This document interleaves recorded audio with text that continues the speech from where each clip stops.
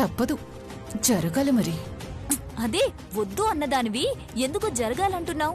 శౌర్య కళ్యాణి ఒక్కటి కాకూడదని కాలు విరిగినట్టు ఇంత యాక్టింగ్ చేసిన దానివి నువ్వే వాళ్ళిద్దరితో గోదాదేవి పూజ చేయించాలని ఎందుకంటున్నావో అసలు అర్థమే కావట్లేదు.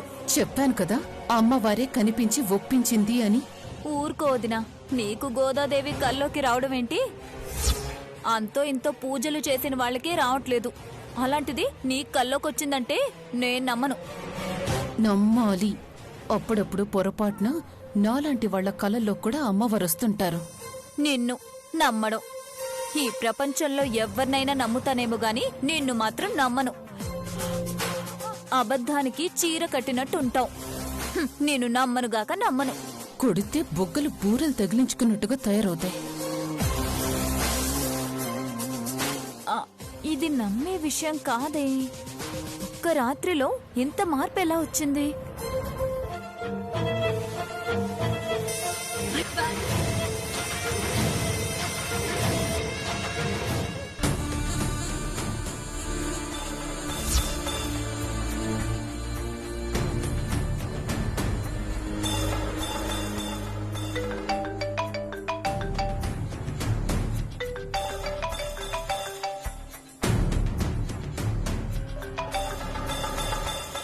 హలో అమ్మా. బుద్ధుందా నీకు? మనిషివేనా? తల్లి ఎలా ఉంది, ఏ పరిస్థితిలో ఉందని కూడా నీకు లేదు. నీ అవసరానికి ఫోన్ చేస్తావు, ఇప్పుడే అవసరం వచ్చింది. ఏంటమ్మా అలా అంటావు? నీ పాటికి నువ్వు చెప్పేయడమేనా? నేను చెప్పేది కొంచెం కూడా వినవా? ఏం చెప్తావు? కనీసం నీ తమ్ముడు మళ్ళీ నా దగ్గరకు వచ్చిండాడని తెలుసా నీకు? ఏంటమ్మా, తమ్ముడు నీ దగ్గరకొచ్చాడా?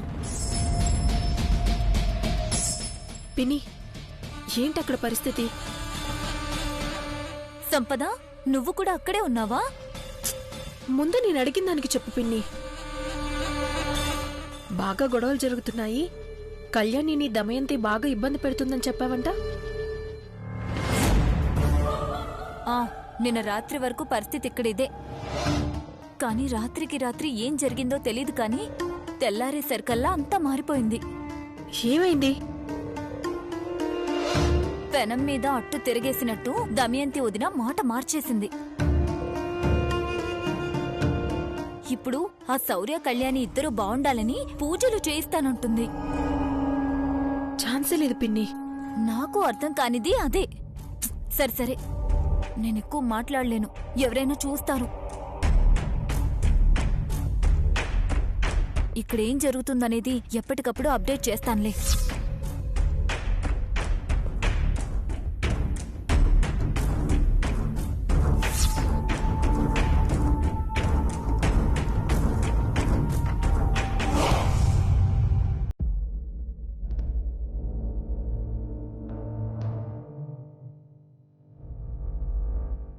రే సిద్ధు, ఏందిరా నీకీ కర్మ? నీకే కాదు, నీతో పాటు నాకు కూడా. నీకు చెప్తేనేమో అర్థం కాదు, వినిపించుకోవు. నువ్వు సంపద మాయలో బతుకుతుండవు. ఇప్పటికైనా మించిపోయింది లేదురా సిద్ధు. నా మాటిని దీన్ని వదిలేయి. ఆ శౌర్యగాడికి దరిద్రాన్ని అప్పగించు.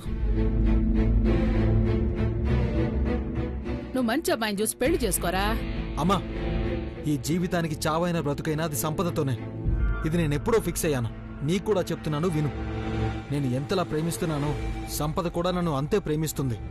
తను నా కోసం హ్యాపీ లైఫ్ని, కన్న బిడ్డని వదిలేసి వచ్చిందమ్మా. ఒక్క మాటలో చెప్పాలంటే నా కోసం తన లైఫ్నే త్యాగం చేసింది. ఇంకెప్పుడు అలా అనుకో. నా బాధంతా నీ జీవితం గురించారా? అంత బాధున్నదానివి అయితే 2 కోట్ల డబ్బు ఇవ్వు. 2 కోట్ల? పోనీ 1 కోటి ఇవ్వవుగా? నీకు మనసు రాదుగా?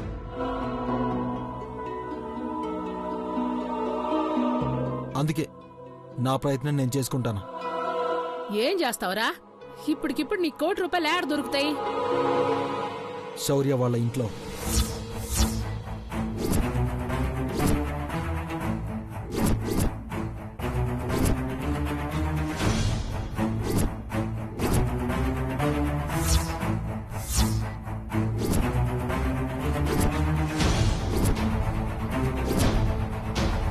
సిద్ధు, ఏమంటున్నావు?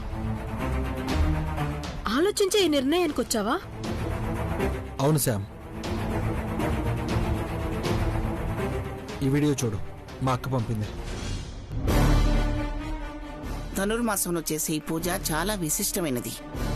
ఎక్కడ ఏ పొరపాట్లు రాకుండా ఏర్పాట్లన్నీ చెయ్యాలి.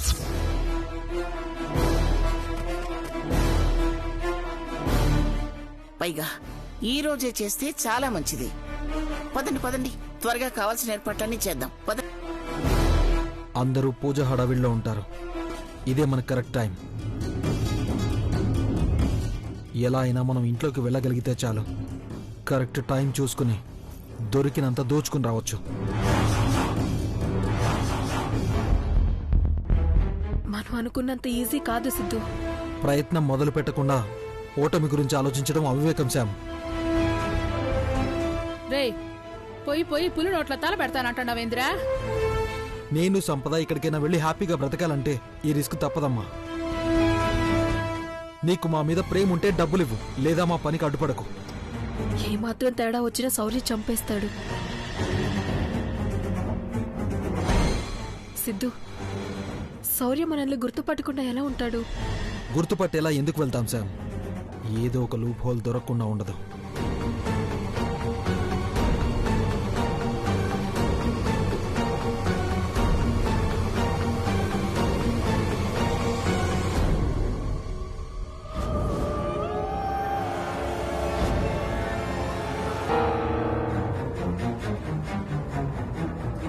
అయినా మీతో మాటలెందుకు? ఈ వీడియో ఆఫీసర్కి చూపిస్తే ఆఫీసరే గోదా కళ్యాణాన్ని ఒప్పుకుంటారు.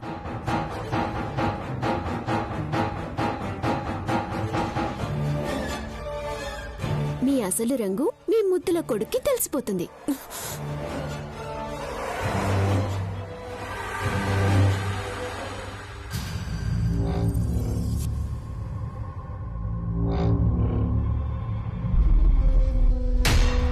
నిన్నటిదాకా పూజలో ససమిరా కూర్చోవడానికి తెగేసి చెప్పిన నువ్వే ఇప్పుడు పూజలో కూర్చోమనడం ఆశ్చర్యంగా ఉంది. అసలేం జరిగింది? నిజంగా కళ్ళొచ్చిందా? అమ్మవారు నిజంగానే కనిపించారా? నువ్వు మనస్ఫూర్తిగా ఇష్టం ఉండే చేయిస్తున్నావా? చెప్పు. నాకు కూడా ఏమాత్రం ఇష్టం లేదురా. కాకపోతే అమ్మవారు కల్లోకొచ్చి మరీ చెప్పారు కదా. చేపించకపోతే బాగోదు, లేకపోతే అమ్మవారు హర్ట్ అవుతారా. అవును, నేను హర్ట్ అయ్యాను. అత్తయ్య, మీ అబ్బాయి మీరు ఇష్టం లేకుండా పూజ చేస్తుంటే నాకు మాత్రం ఇష్టంతో పూజ చేయాల్సిన అవసరం లేదు. అసలేం జరిగిందో చెప్పేస్తాను.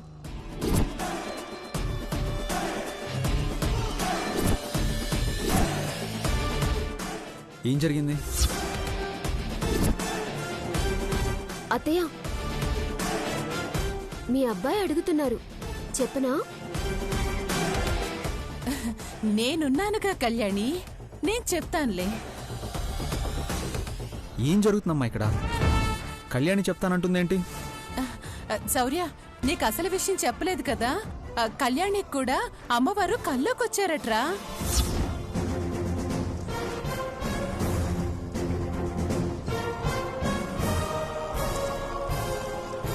కళ్యాణి కళ్యాణి, నువ్వు కళగా నా కళ్యాణాన్ని జరిపించు, ఇంట్లో అందరూ బాగుండేలా నేను చూసుకుంటాను అని చెప్పారట.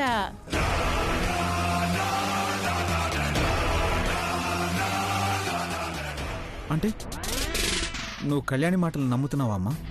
కళ్యాణి చెప్పిందని కాదు నాన్న, నాకు అమ్మవారు చెప్పారు కదరా. నువ్వింకేం మాట్లాడుకో, నేను చెప్తున్నాను కదా. ఈ పూజ బ్రహ్మాండంగా జరగాల్సిందే. అవునత్తయ్య, అప్పుడే మీరు బాగుంటారు.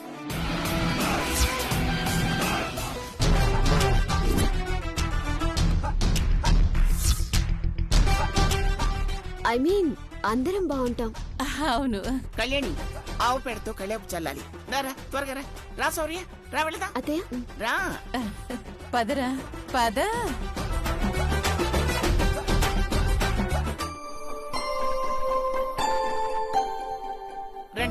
త్వరగా రండి. రా కళ్యాణి.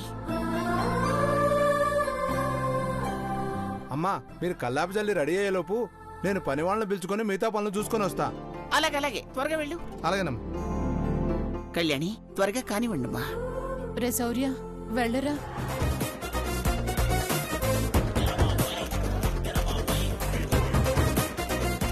అత్తయ్య, శౌర్య వెళ్ళరా, వెళ్ళు. ఏం లేదు నాన్న, నువ్వలా ప్యాడి చాలు, వెళ్ళు.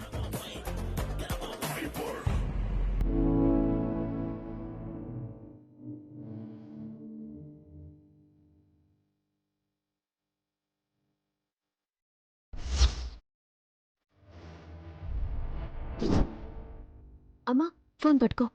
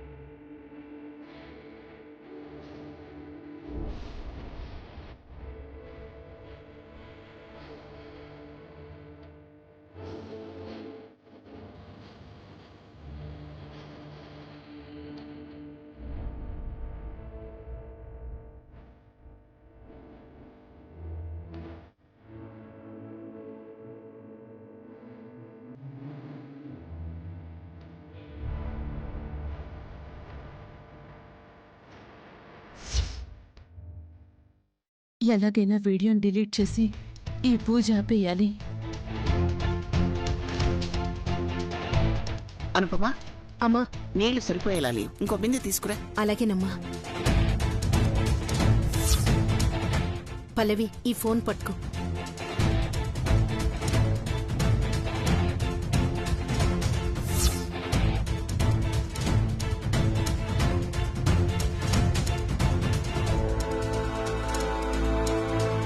పల్లవి ఏంటొదినా? ఆ ఫోన్ ఒకసారి ఇటివ్వు. ఇది కళ్యాణిది, దీంతో నీకేం పనుంది? దాంతోనే పనుంది, ఇటివ్వు.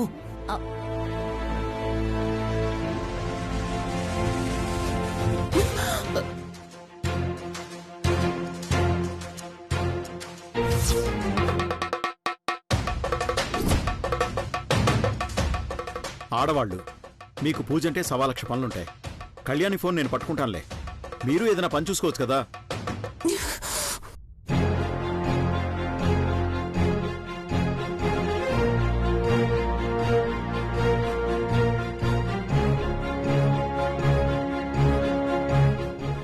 ఏమండి, ఒకసారి ఫోన్ ఇవ్వండి. ఎందుకు? ఒకసారి ఫోన్ చేసుకుంటాను. ఇదిగో నా ఫోన్తో చేసుకో. ఆ ఫోన్ ఇవ్వండి. ఫోన్ చేసుకోవడానికి ఏ ఫోన్ అయితేనే? నెంబర్ చెప్పు, నేను చేస్తాను. నాకేం అవసరం లేదు. కాల్ చేసుకుంటా అని ఫోన్ అడిగి వద్దంటోందేంటి?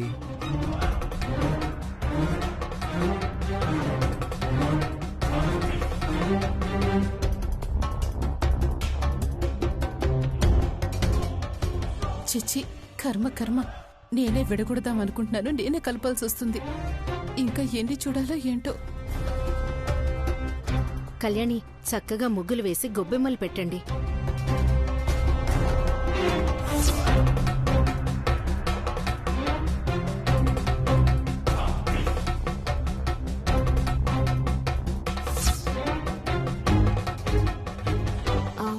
అత్తయ్య, ఆఫీసర్ మీ పర్మిషన్ అడుగుతున్నారు.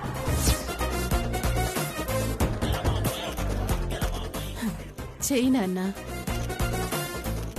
ఇదొక్కటే కదా, చెయ్యి, చేస్తే అయిపోతుంది.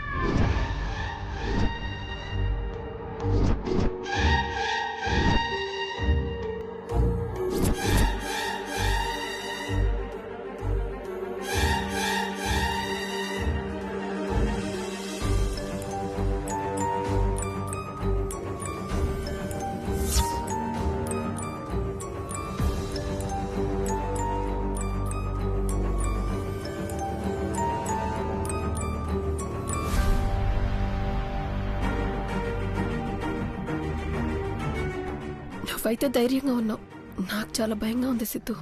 భయం ఎందుకు? నువ్వు ఇలా భయపడితేనే దొరికిపోతావు. బాజీ మార్కెట్కి వెళ్ళుంటే అందుకే కదా వాడొచ్చే దారిలో ఉన్నాం. మనల్ని దాటి వాడు ఎలాగూ వెళ్ళాడు, మనం వెళ్ళనివ్వం. ఇప్పుడు మనం పూలు అమ్మే వాళ్ళని సంపద, అది గుర్తుపెట్టుకో. అలాగే. పూలమ్మ పూలు, పూలమ్మ పూలు, పూలమ్మ పూలు, పూలమ్మ పూలు, పూలమ్మ పూలు, పూలమ్మ పూలు. అరే మార్కెట్ దాకా ఎక్కడ వెళ్ళాలా అనుకున్నాను, దారిలోనే దొరికాయి. శామ్, బాజీ వచ్చాడు.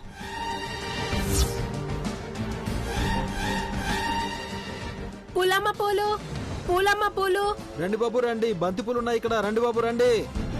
పూలమ్మ పూలు. ఎన్ని కావాలి బాబు పూలు? ఈ మొత్తం కావాలి. అయ్యో బాబోయ్, పొద్దున్నే లేచి ఎవరి మొహం చూసాము, బంగారం లాంటి బేరం తగిలింది. అట్టాగే ఇస్తామండి. సరే రేట్ చెప్పండి. రేటుదేముందండి, మొత్తం తీసుకుంటున్నారు కదా, గంప 500, ఓ 25 తగ్గించి 475 ఇచ్చుకోండి. 500 ఎక్కడుంది, 400 కదా. ఇదిగో, మీతో మాకు బేరం వద్దులే గాని మీ ఇష్టం, మీరు ఎంత ఇవ్వాలనుకుంటే అంత ఇవ్వండి. బోని బేరం అండి. సరే అయితే గంపకు 400, 2 గంపలకి 800.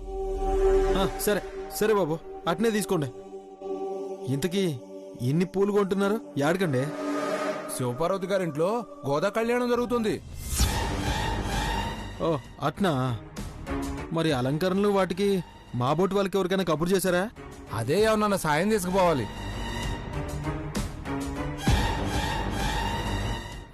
మీరే వచ్చి అలంకరిస్తారా? అయ్యో బాబోయ్, అంతకంటేనా అండి?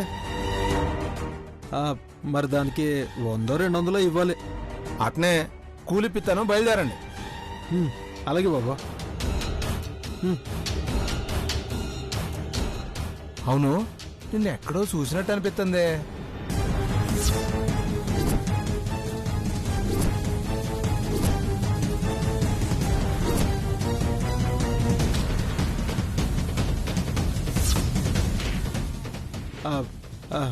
బాలటూర్లే, నేనండి, మన పూల బసవయ్య తమ్మున్నే.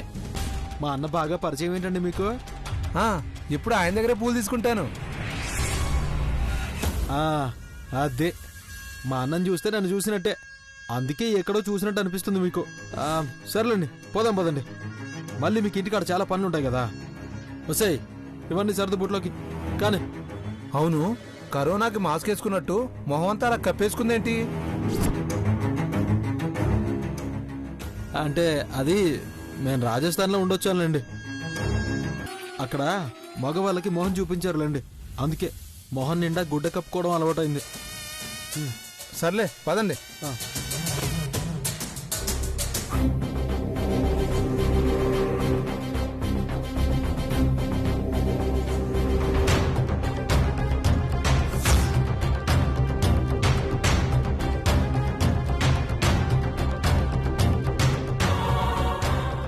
ఇదే కరెక్ట్ టైము. కళ్యాణి ఫోన్ తీసుకోవాలి. మా దగ్గర డబ్బులు ఎక్కువై మీకు వడ్డీకి ఇవ్వలేదు. అవసరం అంటే ఇచ్చాం. వడ్డీ సంగతి దేవుడెరుగు, అసలైనా ఇవ్వాలి కదా. ఏమండి, ఏంటి?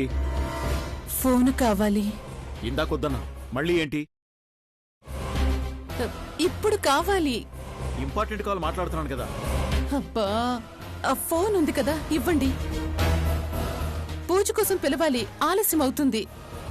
నువ్వు అస్సలు అర్థం కావు. తీసుకో, ఫోన్ మాట్లాడివ్వు. అలాగే, నా పని అయిపోగానే ఇచ్చేస్తాను. మీరు డబ్బులు గట్టిగా అడగండి. ఆ